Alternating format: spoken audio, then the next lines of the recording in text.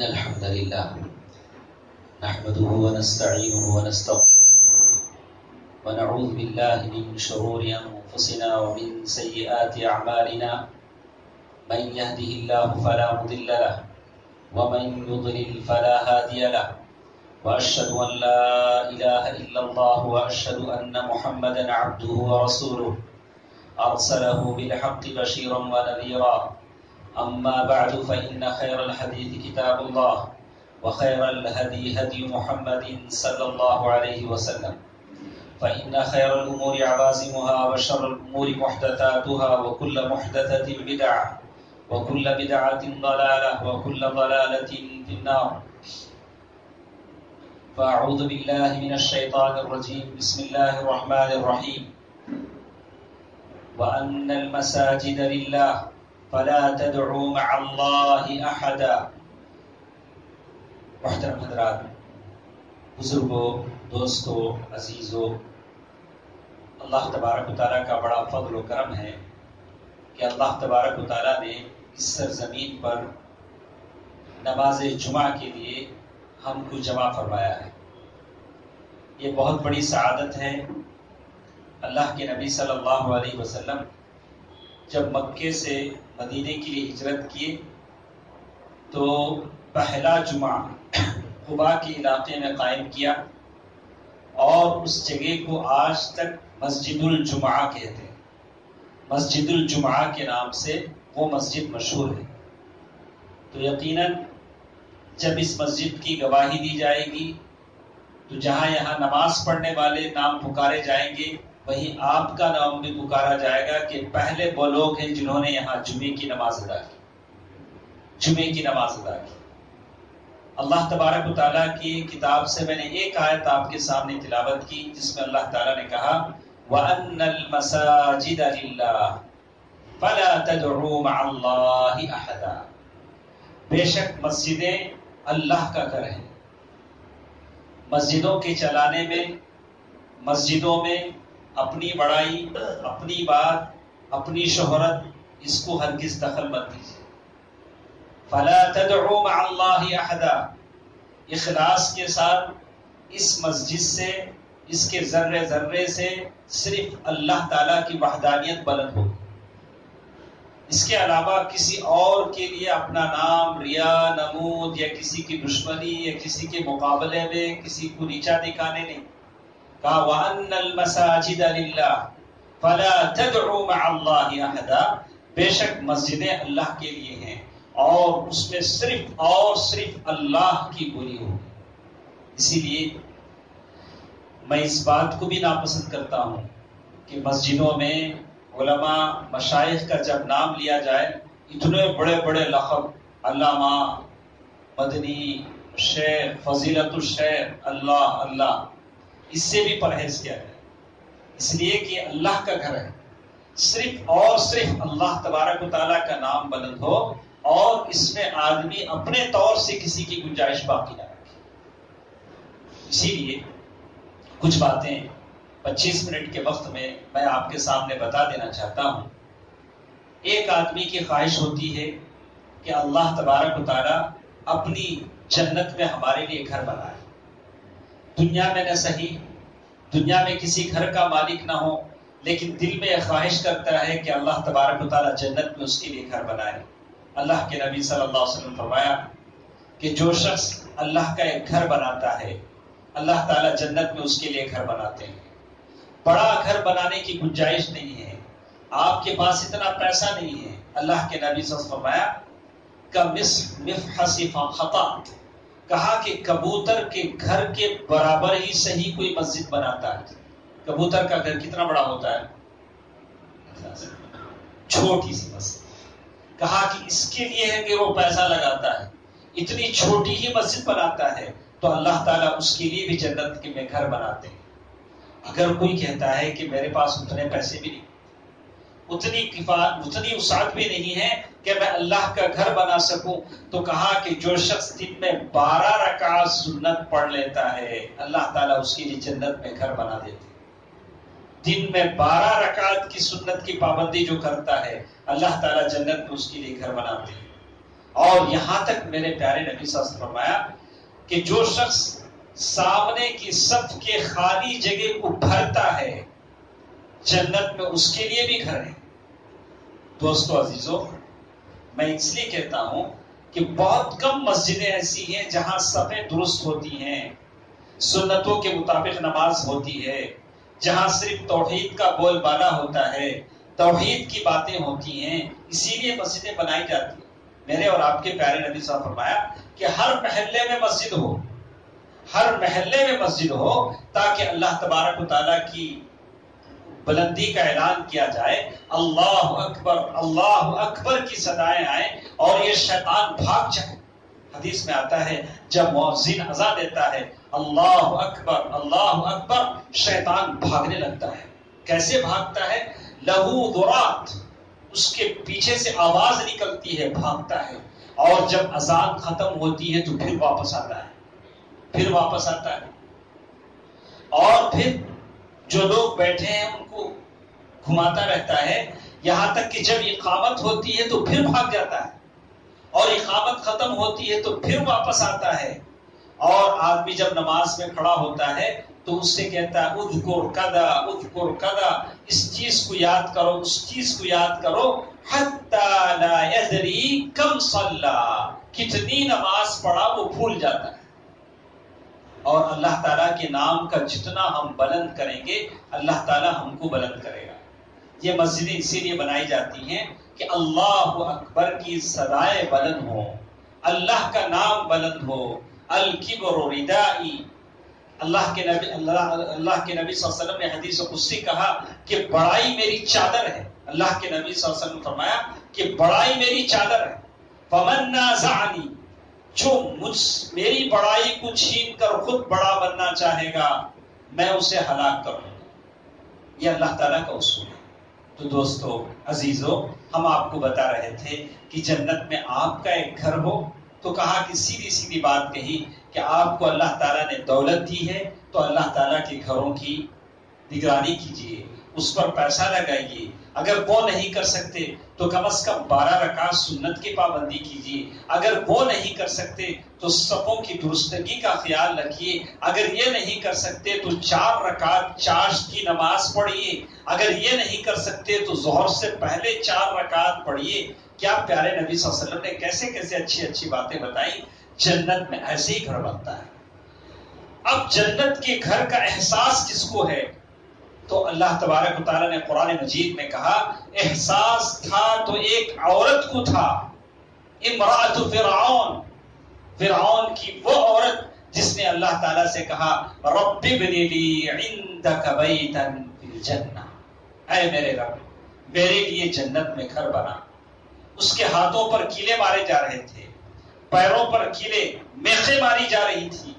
ذرا سوچ کر دیکھیے، ذرا عقل دوڑا کے دیکھیے، ہمیں مچھر کاٹ لیتا ہے تو ہم پریشان ہو جاتے ہیں، اور جن کے ہاتھوں پر میخیں ماری جائیں، عورت ذات ہے، عورت ہے، اور وہ اللہ تعالیٰ سے دعا فرما رہی رب ابن لی عندک بیتا فی الجنہ۔ اس پر قرآن مجید کی آیت پر غور کیجئے، تھوڑا سامنے ہٹ جائیے۔ کہتے ہیں رب ابن لی عندک بیتا فی الجنہ، کیا دعا اس اللہ کی بندی نے کی؟ کہا رب ابن لی، یا اللہ میرے لیے گھر بنانا۔ جنت میں گھر بنانا یہ نہیں کہا، پہلے یہ کہا عندک، اے اللہ تیرے گھر کے بازو میں، یعنی تیرے بازو میں میرے لیے گھر بنانا۔ حسن الجوار قبل الدار، یعنی جنت میں گھر سے پہلے اللہ تعالیٰ کی پڑوسی، اللہ تعالیٰ کی ہمسائیگی انہوں نے چاہی۔ کہا کہ اللہ جنت میں گھر ضرور ملے لیکن تیرے بازو میں۔ اللہ اکبر، آدمی اس کی خواہش کرے کہ یہ اس گھر کا احساس ہے تو اس نیک عورت کو ہے رب ابن لی عندک بیتا فی الجنہ۔ دوستو عزیزو میرے بھائیو، ہماری یہ خواہش ہے کہ اللہ تعالیٰ کی توحید پھیلے۔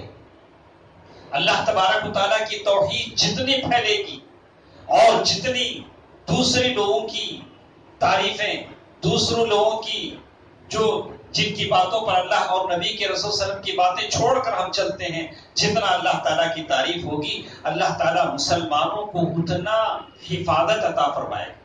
اسی لیے میں نے فجر کے بعد کے درس میں کہا تھا کہ انسان کو جتنی پریشانیاں آتی ہیں، آج کل آپ دیکھ رہے ہیں کہ مسلمان جگہ جگہ پریشان ہے. ہر شخص کچھ نہ کچھ مصیبتیں، الجھنوں کا شکار ہے. ہر شخص فکر میں ملوث ہے، اور لوگوں کی فکر اپنے اپنے حساب سے ہوتی ہے، اپنے اپنے حساب سے ہوتی ہے.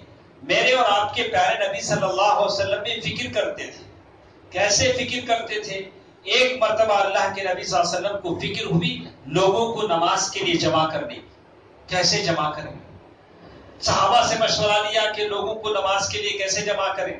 کسی نے کہا کہ اللہ کے نبی ایسا کرتے ہیں کہ ہم ناقوس پھونکتے ہیں، ناقوس بڑا سا. کسی نے کہا کہ نہیں ہم گھنٹی بجاتے ہیں. تو کہا کہ نہیں گھنٹی تو ہم نہیں بجائیں گے، گھنٹی ہے جو عیسائی بجاتے ہیں. ناقوس ہم نہیں پھونکیں گے اس لیے کہ وہ تو یہودیوں کی عادت ہے. اللہ کے نبی صلی اللہ علیہ وسلم کو بڑی فکر دامن گیر ہوئی، اور ایک صحابی اس فکر کو لے کر وہ بھی اٹھے اور وہ بھی پریشان ہیں.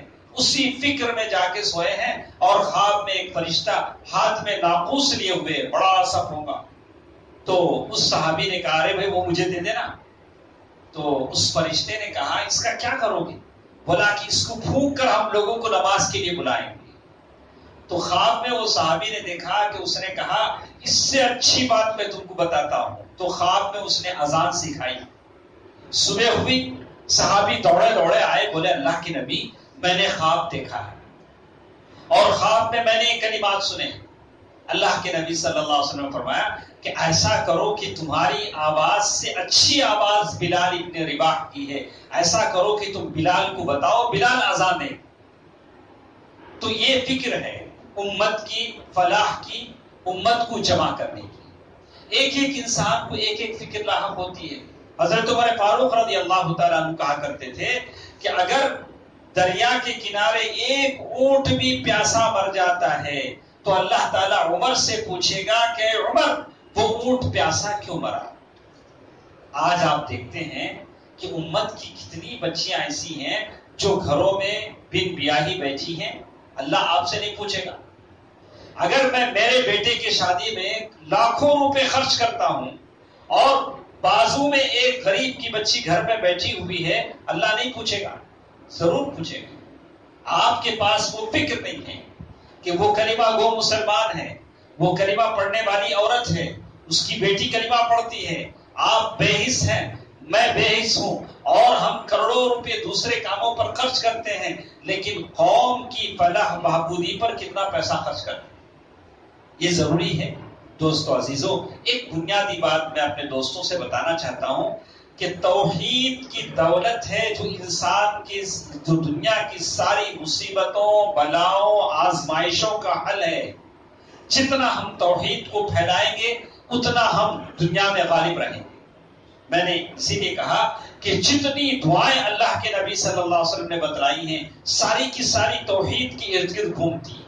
اللہ کے نبی صلی اللہ علیہ وسلم نے اسماء بنت عمیس رضی اللہ تعالی عنہ کو وہی دعا بتلائی تھی.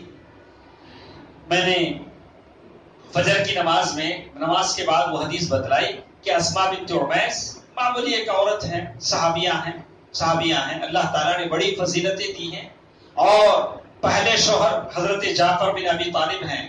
حضرت جعفر بن ابی طالب رضی اللہ تعالیٰ عنہ جنگ میں شہید ہوئے اور 2 بازو کٹ گئے. تو اللہ کے نبی صلی اللہ علیہ وسلم نے اسماء بنت عمیس سے کہا کہ اسماء ایسا کرو، دیکھو تمہارے شوہر کو اللہ نے 2 پر دیے ہیں جنت میں، جس سے وہ جنت میں اڑ رہے ہیں. جعفر بن طیار، کتنا بڑا لقب ان کو دیا. حضرت علی کے بھائی ہیں. جب حضرت جعفر کا انتقال ہوا تو حضرت ابوبکر صدیق رضی اللہ تعالیٰ عنہ امیر المؤمنین نے اس عورت سے شادی کی. جب ان کا انتقال ہوا تو حضرت علی بن ابی طالب نے شادی کی. 2 خلفاء شہید. جعفر بن طیار نے جس عورت سے شادی کی وہ اسماء بنت عمیس ہے. کیا کیا مزیتیں ہیں، کیا کیا فضیلتیں ہیں. اسماء بنت عمیس رضی اللہ تعالیٰ عنہ فرماتی ہیں کہ جس دن اللہ کے نبی صلی اللہ علیہ وسلم کی شادی ماں عائشہ رضی اللہ تعالیٰ عنہ سے ہوئی، میں اس وقت موجود تھی، یعنی رخصتی کے وقت میں موجود تھی، یعنی دلہن کو سجا کر جب دولہے کے پاس بھیجا جاتا ہے اس وقت میں موجود تھی۔ تب اللہ کے نبی صلی اللہ علیہ وسلم کی مہمان نوازی گلاس دودھ سے کی گئی۔ عائشہ رضی اللہ تعالیٰ عنہ ام المؤمنین نے ایک گلاس دودھ پیش کیا اللہ کے نبی صلی اللہ علیہ وسلم۔ اللہ کے نبی صلی اللہ علیہ وسلم نے آدھا گلاس پیا اور آدھا گلاس پھر حضرت عائشہ رضی اللہ تعالیٰ عنہ کے حوالے کیا، کہا کہ پیجیے۔ اب نئی نئی والی دلہن تھی ام المؤمنین، شرما گئی۔ اسماء بنت عمیس نے کہا کہ پی لو۔ اب ان کے مزاج سے پورا پینا کم عمر تھی، پورا پی لینا چاہتی تھی۔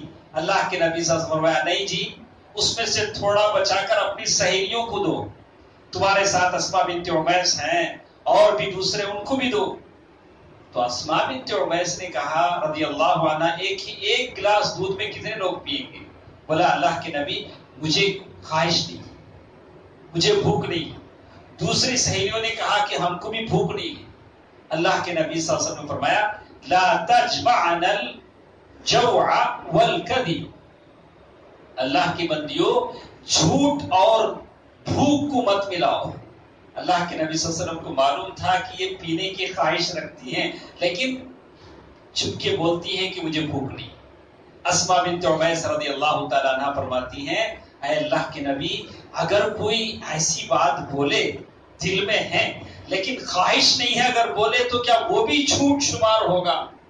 بولا کہ ہاں وہ بھی جھوٹ شمار ہوگا، الکذب کذیبہ، یہ بھی جھوٹ شمار ہوگا۔ دیکھیے کیسے صحابیہ تھی، کہا کہ یہ بھی جھوٹ شمار ہوگا۔ حضرت اسماء بنت عمیس رضی اللہ تعالیٰ عنہ پہلی وہ عورت ہیں جن سے یہ رسم چلی کہ جس کے گھر میں انتقال ہو اس کے گھر میں اس دن کھانا نہیں بنے گا، دوسرے ہاں سے کھانا آئے گا۔ جعفر بن طیار رضی اللہ تعالیٰ عنہ کا انتقال ہوا، شہادت ہوئی۔ اللہ کے نبی صلی اللہ علیہ وسلم حضرت جعفر کے گھر گئے اور وہ دن مجاہدوں کی جنگ سے واپس آنے کا دن تھا۔ اسماء بنت عمیس نے بچوں کو اچھا اچھا کپڑا پہنایا، نہلایا کہ جعفر آئیں گے، لیکن اللہ کے نبی صلی اللہ علیہ وسلم آئے بڑے غمگین۔ تو حضرت اسماء بنت عمیس نے پوچھا اللہ کے نبی آپ کو کوئی بات معلوم ہوئی، آپ غمگین ہیں؟ تو اللہ کے نبی صلی اللہ علیہ وسلم فرمایا کہ اے اسماء جعفر بن طیار شہید ہو چکے ہیں۔ اور اس وقت اللہ کے نبی صلی اللہ علیہ وسلم فرمایا کہ تم لوگ کھانا بنا کر بھیجو، اب اسماء کے گھر میں آج کھانا نہیں بنے گا۔ دوستو عزیزو، یہ ہیں اسماء بنت عمیس رضی اللہ تعالیٰ عنہ۔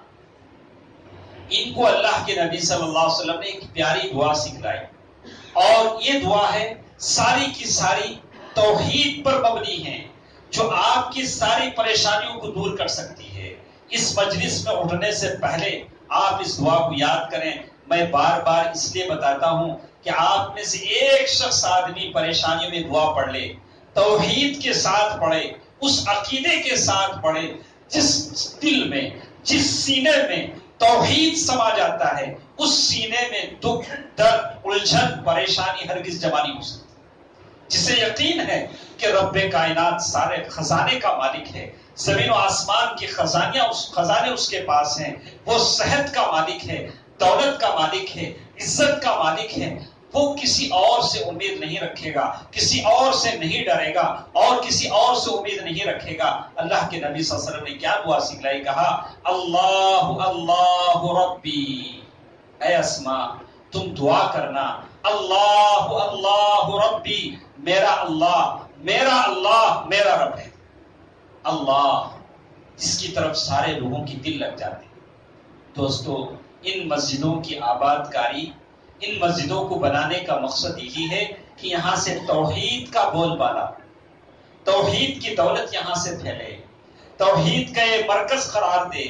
اللہ کے نبی صلی اللہ علیہ وسلم نے بھی یہی بات کہی اور جگہ جگہ مسجدیں بنانے کا حکم دیا تاکہ توحید بکثرت لوگوں میں پھیلے۔ اللہ کے نبی صلی اللہ علیہ وسلم دعا سکھلاتے ہوئے بولتے ہیں اے اسماء دعا کرنا اللہ اللہ ربی ولا اشرک بہ شیئا، میں اس کے ساتھ کسی کو شریک نہیں کرتی۔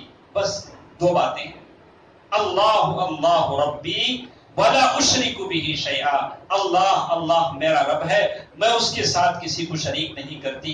آپ غمگین ہوتے ہیں، دکھی ہوتے ہیں، پریشان ہوتے ہیں تو ادھر جاتے ہیں ادھر جاتے ہیں، پتہ نہیں کیسے کیسے علاج کرواتے ہیں۔ کیا کبھی یہ دعا پڑھنے کی بھی کوشش کی ہے؟ سوچا ہے کہ اللہ کے نبی صلی اللہ علیہ وسلم نے پریشانیوں کے لیے کیسا علاج بتلایا ہے؟ دعوت النون، یونس علیہ السلام کی دعا، پریشانیوں میں مصیبتوں میں علاج، آپ کے نقصان میں خسارے میں علاج، یہ آپ صرف موحدین کے پاس پائیں گے۔ جو لوگ توحید سے ہٹے ہوئے ہیں، نہ تو ان کو ان دعاؤں پر یقین آئے گا، نہ تو یہ دعا پڑھیں گے۔ اللہ کے نبی صلی اللہ علیہ وسلم نے فرمایا کہ اگر تم پریشانی میں ہو، مصیبت میں ہو، تو تم مچھلی والے کی دعا کرو، یونس علیہ السلام کی دعا کرو۔ وَذَنُّونِ إِذْ ذَهَبَ مُغَاضِبًا فَظَنَّ أَن لَّن نَّقْدِرَ عَلَيْهِ فَنَادَىٰ فِي الظُّلُمَاتِ أَن لَّا إِلَٰهَ إِلَّا أَنتَ سُبْحَانَكَ إِنِّي كُنتُ مِنَ الظَّالِمِينَ۔ یاد کرو اس وقت جب مچھلی والے اذ ذهب مغاضبا فظن ان لن نقدر عليه فنادى في الظلمات، مچھلی والے نے، یونس علیہ السلام نے تاریکیوں میں پکارا۔ کیسی تاریکی؟ بہت سارے ایسے ہیں ہمارے بھائی پریشان ہیں، رزق کی تنگی ہے، کاروبار کا نقصان ہے، بلا کہ نقصان پر نقصان چل رہا ہے، لیکن دعاؤں سے اور توحید سے اپنا دل بھرنے کو ارادہ نہیں۔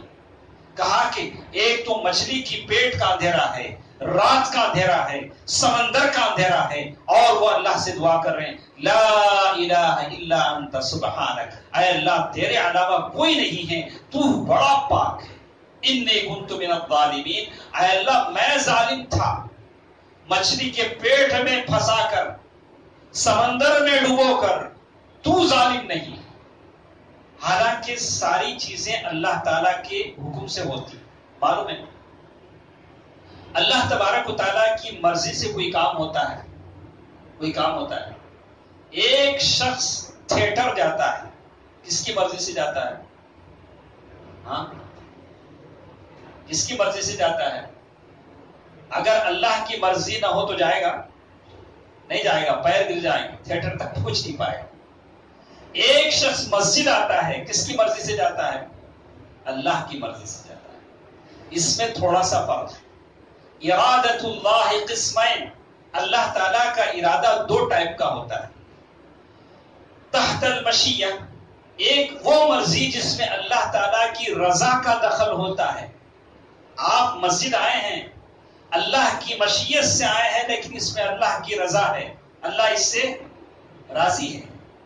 ایک آدمی غلط جگہ جاتا ہے، وہ بھی اللہ کی مشیت سے جاتا ہے، لیکن اس میں اللہ کی رضا نہیں ہے۔ فرق سمجھ میں آیا؟ سارے کام اللہ کی مرضی سے ہوتے ہیں، لیکن ایک میں اللہ کی رضا ہے، ایک میں اللہ کی رضا نہیں۔ تو معلوم یہ ہوا کہ ہم یہ جو کچھ بھی کرتے ہیں اللہ تعالیٰ کی رضا کے لیے کرتے ہیں، اللہ تعالیٰ کی مرضی کے لیے کرتے ہیں۔ ہمارے پاس یونس علیہ السلام کی دعا دیکھی، کیا کہتے ہیں؟ انی کنت من الظالمین، یا اللہ تو ظالم نہیں ہے، میں ظالم تھا۔ آپ کی زندگیوں میں جو کچھ بھی پریشانیاں آتی ہیں، میری زندگی میں پریشانیاں آتی ہیں، ظہر الفساد فی البر والبحر بما کسبت ایدی الناس، یہ لوگوں کے اپنے کرتوتوں کی وجہ سے ہوتا ہے، ہماری کمزوریوں کی وجہ سے ہوتا ہے۔ تو میں جمعے کی اس خطبے کو ختم کرنے سے پہلے ایک بات آپ کو بتا دوں، ان معاملوں میں بہترین ایک بات جو ہمیں آج کے حساب سے ہے وہ سیریا کا معاملہ ہے، شام کا معاملہ ہے۔ اس سلسلے میں آپ کو غور کرنا چاہیے۔ اللہ کے نبی صلی اللہ علیہ وسلم سیریا کے معاملے میں اللہ کے نبی صلی اللہ علیہ وسلم فرمایا کہ سیریا کی زمین بہترین سرزمین۔ اللہ کے نبی صلی اللہ علیہ وسلم کی حدیث میں آتا ہے کہ دنیا میں 3 جگہوں پہ جنگیں ہوں گی، جندم بالیمن وجندم بالعراق وجندم بالشام۔ اللہ کے نبی صلی اللہ علیہ وسلم سے صحابہ نے پوچھا، اللہ کے نبی آپ ہم کو کدھر جانے کا حکم دیتے ہیں؟ تو کہا کہ سیریا کی موافقت کرو، سیریا والوں کے لیے دعائیں کرو۔ تو سیریا والوں کے لیے ہم کیا کر سکتے ہیں؟ کچھ چیزیں ہم دیکھتے ہیں، دل دکھتا ہے، جذبات پریشان ہوتے ہیں، تو آپ کم از کم ان کے لیے دعا کریں۔ دعا کی بہترین شکل، وہاں ایسا کیوں ہوتا ہے سیریا کی سرزمین ارض المحشر والمنشر، ارض محشر کی زمین ہے، انبیاء کی زمین ہے۔ اللہ کے نبی صلی اللہ علیہ وسلم نے اس سرزمین کی تعریف کی، کہا کہ قیامت کے قریب ساری زمین مسطح کر دی جائے گی، کہا کہ بالکل سپاٹ زمین، لا حجر ولا شجر ولا جبال، کوئی پہاڑ نہیں ہوگا، کوئی درخت نہیں ہوگا، کوئی گھر نہیں ہوگا، اور ساری زمین مسطح بالکل ایسے کر دی جائے گی، اور اس سرزمین پر لوگوں کو ٹھہرایا جائے گا۔ آخر کا آدمی پہلے آدمی کو دیکھ سکے گا۔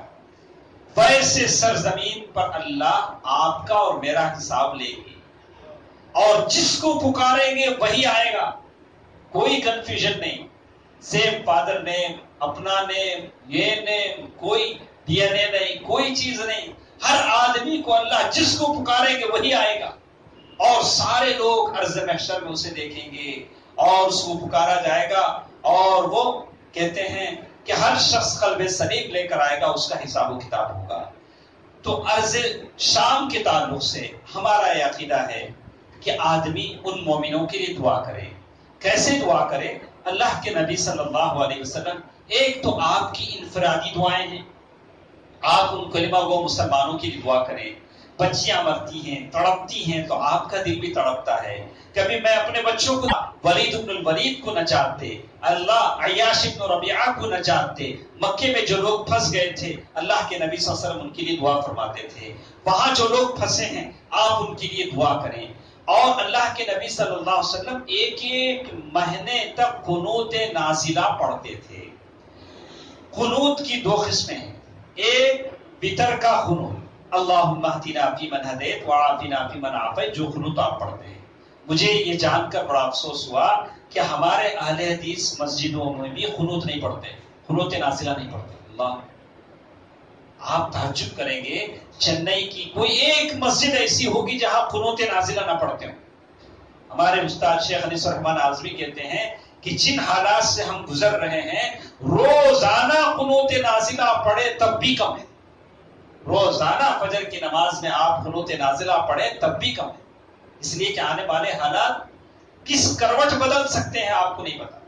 قنوت نازلہ میں آپ کیا پڑھتے ہیں؟ قنوت کے معنی ہے قنوت، نازلہ معنی میں کوئی ایمرجنسی، کوئی مصیبت مسلمانوں پر آ جائے، کوئی دکھ آ جائے، کوئی علم آ جائے، کوئی مصیبت آ جائے، اس کو اٹھا لینے کے لیے آپ اللہ سے دعا کرتے ہیں۔ اللہ تعالیٰ سے دعا کرتے ہیں، یا اللہ مسلمانوں کو نجات دے، مسلمانوں پر جو پریشانیاں ہیں اس کو ٹال دے۔ اللہ کے نبی صلی اللہ علیہ وسلم نے مہینہ بھر قنوت نازلہ کیا۔ 5 نمازوں میں اللہ کے نبی صلی اللہ علیہ وسلم نے قنوت نازلہ پڑھا ہے۔ دوسری رکعت میں رکوع سے اٹھنے کے بعد سجدے میں جانے سے پہلے اللہ کے نبی صلی اللہ علیہ وسلم نے دعا کیا ہے۔ آپ جو جماعت کے ذمہ داران ہیں، اپنے مسجدوں میں اماموں سے کہیں، کیوں لوگ پڑھتے نہیں، یا تو ان کو دعا یاد نہیں رہتی یا تو توجہ نہیں دیتے ہیں۔ اتنا بڑا معاملہ ہے، کلمہ گو مسلمان تڑپ رہے ہیں، اگر یہ حالت کبھی بھی کہیں بھی ہو سکتی ہے تو اس کے تدارک کے لیے ہم اللہ تعالیٰ سے کیے کہ یہ اللہ کے گھر اللہ تعالیٰ کے توحید کو بلند کرنے کے لیے ہیں، اور یہ جتنی زیادہ ہونی چاہیے ہوئے، اور آپ کوشش کیجئے، اگر اللہ نے آپ کو دولت دی ہے تو آپ کے نام سے جتنی مسجدیں آپ بنا سکتے ہیں بنائیے اور اسے آباد کیجئے۔ اور اسی طرح ایک اور چیز میں آپ کو بتانا چاہتا ہوں، یہ مسجدیں توحید کی آبیاری کے لیے ہو، لوگوں کے عقیدے کی درستگی کے لیے ہو۔ اس مسجد میں اطراف کے بچے آئیں اور پڑھنا سیکھیں، الف با پڑھنا سیکھیں، اللہ کی کتاب پڑھنا سیکھیں۔ جتنے لوگ اس میں کام کریں گے تمام کو ثواب ملے گا۔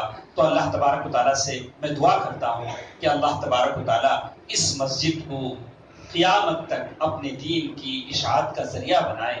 اللہ تعالیٰ اس مسجد میں خیر عطا فرمائے۔ اللہ تعالیٰ اس مسجد کو لوگوں اس مسجد کے لیے ایسا بنائے کہ یہاں سے اس کی دین کی دعوت کا کام ہو، اس کی توحید کا کام ہو، اور ہمیشہ اس مسجد میں قرآن پڑھا جاتا رہے۔ اور اللہ تبارک و تعالیٰ اس مسجد میں ایسے جو لوگ بھی آتے ہیں، جن لوگوں نے بھی خدمت کی ہے، جن لوگوں نے بھی اس میں تعاون دیا ہے، اللہ تعالیٰ تمام کی نیکیوں کو قبول فرمائے۔ اے الہ العالمین، جتنے حاضر ہیں تمام کے خطاؤں کو معاف فرما، تمام کی نام اعمال میں ایسی نیکیاں لکھ دے جو ہماری نجات کا باعث ہو۔ اے الہ العالمین عالم اسلام کے تمام مسلمانوں کی حفاظت فرما۔ اور ایک بات میں خصوصی طور سے بتا دوں کہ قنوت نازلہ جمعے کی نماز میں پڑھنے کا نہیں، جمعے کی نماز میں نہیں، باقی فرض نمازوں میں آپ پڑھ سکتے ہیں۔ اللہ تعالیٰ سے دعا ہے کہ اللہ تعالیٰ ہم تمام کے مرحومین کی مغفرت فرمائے، ان کی قبروں کو نور سے بھر دے۔ اے الہ العالمین جو بیمار ہیں انہیں شفایاب عطا فرما۔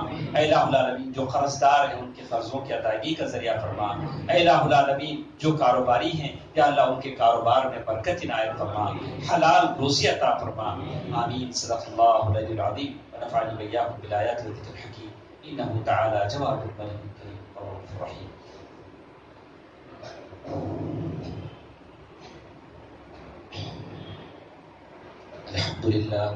الحمد لله نحمده ونستعينه ونستغفره ونؤمن به ونتوكل عليه ونعوذ بالله من شرور أنفسنا ومن سيئات أعمالنا، من يهده الله فلا مضل له ومن يضلل فلا هادي له، وأشهد أن لا إله إلا الله وأشهد أن محمدا عبده ورسوله أرسله بالحق بشيرا ونذيرا. أما بعد فإن خير الحديث كتاب الله وخير الهدي هدي محمد صلى الله عليه وسلم، فإن خير الأمور عوازمها وشر الأمور محدثاتها وكل محدثة بدعة وكل بدعة ضلالة وكل ضلالة في النار. فأعوذ بالله من الشيطان الرجيم. بسم الله الرحمن الرحيم. إن الله وملائكته يصلون على النبي يا أيها الذين آمنوا صلوا عليه وسلموا تسليما. اللهم صل على محمد وعلى آل محمد كما صليت على إبراهيم وعلى آل إبراهيم